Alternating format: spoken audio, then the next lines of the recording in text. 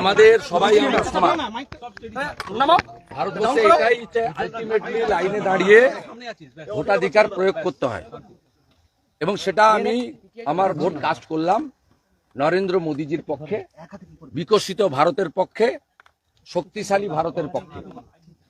এবং নরেন্দ্র মোদীজি যাকে এখানে প্রার্থী করেছেন, যিনি অনেক চোরকে জেলে ঢুকিয়েছেন, জাস্টিস অভিজিৎ গাঙ্গুলি, তাকেই আমি আমার ভোট কাস্ট করেছি। এটাতে কোনো লুকানো দ্বিধাদ্বন্দ্ব নেই, আমি দুঃসমীটার বাইরে বলছি। Not today is 144। আর আমার বিশ্বাস 400-র বেশি আসন নিয়ে মোদীজি তৃতীয়বার প্রধানমন্ত্রী হবে, এবং জাস্টিস গাঙ্গুলি তমলুক, হলদিয়া, নন্দীগ্রাম সহ সতীশবাবুর যে জায়গা, এখানে একটা গুরুত্বপূর্ণ রোল প্লে করবেন।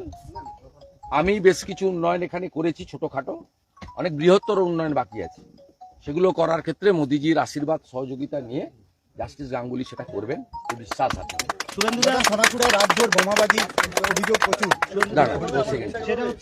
অভিজিৎ গঙ্গোপাধ্যায় এবং আপনার ভাই দুজনকে ঘিরে তৃণমূল বিক্ষোভ দেখাচ্ছে দু জায়গায়। ওরা তৃণমূল না, এগুলো তৃণমূলই, মানে লুম্পেন। এটা আইপ্যাকের পরিকল্পনায় সাফ হয়ে গেছে। ঘাটালে হিরণকে আটকেছে, এখন পেটানি খাচ্ছে। আমরা সাফ করে দিয়েছি তৃণমূল কংগ্রেসকে। তৃণমূল কংগ্রেস 200-র বেশি জায়গায় এজেন্টই দিতে পারে না, বলছে দিতে দেয়নি। নন্দীগ্রামের একাধিক গ্রাম পঞ্চায়েত, সোনাচূড়া, গোকুলনগর, হরিপুর, ভেকুটিয়া, একাধিক গ্রাম পঞ্চায়েত, সেখানে ওদের এবারে এজেন্ট পর্যন্ত নেই।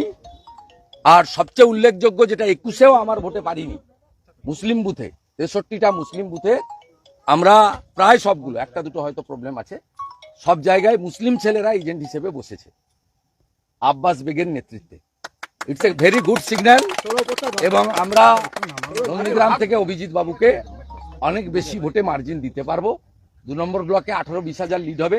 1 নম্বরেও আমার বিশ্বাস 5 থেকে 10 হাজার লিড। আমরা 5 থেকে 10 হাজার ভোটের লিড, মানে আমাদের 30 টার্গেট আছে, আমরা আশা করছি কাছাকাছি যেতে পারবো। সোনাচূড়াতেও তো ওদের এজেন্ট বসেনি, আর তৃণমূল বলছে ভোট দিতে দিচ্ছে না আমাদেরকে। ওদেরকে কানতে বলুন, ওদের বহু জায়গায় এজেন্ট নেই, ময়নার বহু জায়গায় এজেন্ট নেই, বহু জায়গায় এজেন্ট নেই।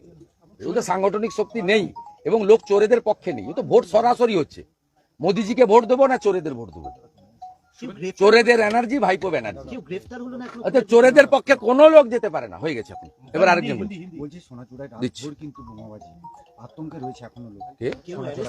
সেটা তো ওদের বোম ফাটানো কাজ করেছে। 4 তারিখে সন্ধ্যার পরে আমরা বোম ফাটাবো, মানে আনন্দে বোম ফাটাবো। মানে সে বোম হবে 65 ডেসিবেলের নিচে এবং বিধিসম্মত। না, অ্যারেস্ট হবে না। সঞ্জয় আড়ি, একটা দলিত ছেলে, মৃত্যুর সঙ্গে পাঞ্জা লড়ছে, তার মাকে খুন করেছে। এদের জেলে যাওয়ার ইচ্ছা হয়েছে। দেবব্রত মাইতির কেসে 18 মাস জেল খাটার পরেও লাজ লজ্জা কিচ্ছু নেই। আবার একজন সনাতনী হিন্দুকে, তফসিলি পরিবারের বৃদ্ধাকে খুন করেছে। এ কেসটা তো সিবিআই হওয়ার জন্য রথিবালা আড়ির কন্যাকে আমরা কোর্টে নিয়ে যাব ভ্যাকেশন শেষ হলেই, এবং এদের জেলে থাকার ইচ্ছা হয়েছে। শেখ সাউদ্দিন, হাবিবুর রহমানরা জেল খাটার পরেও, বাইতুল মিয়া জেল খাটার পরেও এখন জেলে থাকার ইচ্ছা হয়েছে আল রাজিদের, শামসুলদের।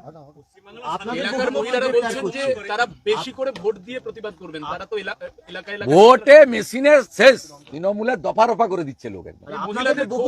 আমি পদ্মফুলে টিপলাম, পদ্মফুল তো দেবে গেছে। 3 ঘন্টা হয়েছে, তাতে সব পদ্মে মারছে। পদ্মের বাইরে কোনো কথা নেই। ওদের ক্যাম্পে হয়েছে 2-4টে লোক আছে, চোখ মারছে আমাকে, বলে ঠিকাদারি করি, চোখ মারছে, চুপচাপ পদ্মে ছাপ।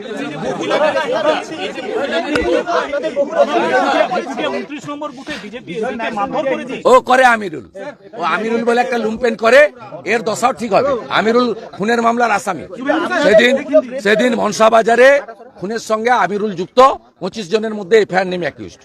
জেলে যাবে, জেলে যাওয়ার ইচ্ছা হয়েছে, জেলে যাবে, কনভিকশন হবে। ওকে।